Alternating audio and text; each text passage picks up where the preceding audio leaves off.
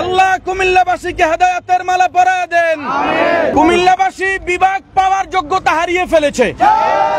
আজকে নোয়াখালী বুশের উপর হামলা করে যুক্তরাষ্ট্রের ১ নম্বর জিম চেইন গোল্ড জিম এখন আবারও বাংলাদেশে বসুন্ধরা আবাসিক এলাকা ও বসুন্ধরা সিটি শপিং মলে।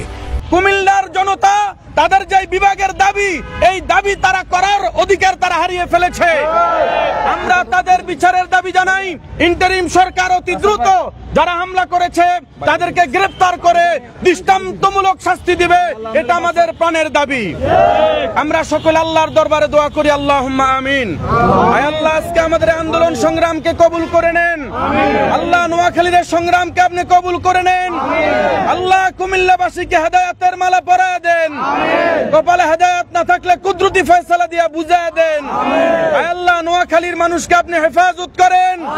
আয় আল্লাহ, নোয়াখালীকে বিভাগ হিসেবে যেন ঘোষণা করতে পারে সেই ব্যবস্থা করে দেন। আয় আল্লাহ, নোয়াখালী, লক্ষ্মীপুর, ফেনী সহ চাঁদপুর সহ আমাদের সকলের প্রাণের দাবি যেন আমাদের সরকার মানতে পারে, তাদের মাথায় শুভবুদ্ধি উদয় করে দেন।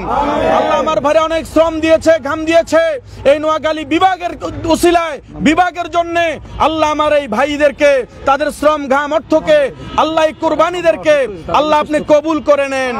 আল্লাহ, আমাদের বেলাল খান সাহেব সহ আমাদের রাসেল ভাই, মুরাদ ভাই, জহির ভাই সহ আয় আল্লাহ যারা নেতৃত্ব দিয়েছে আল্লাহ তাদেরকে নেক হায়াত দান করেন।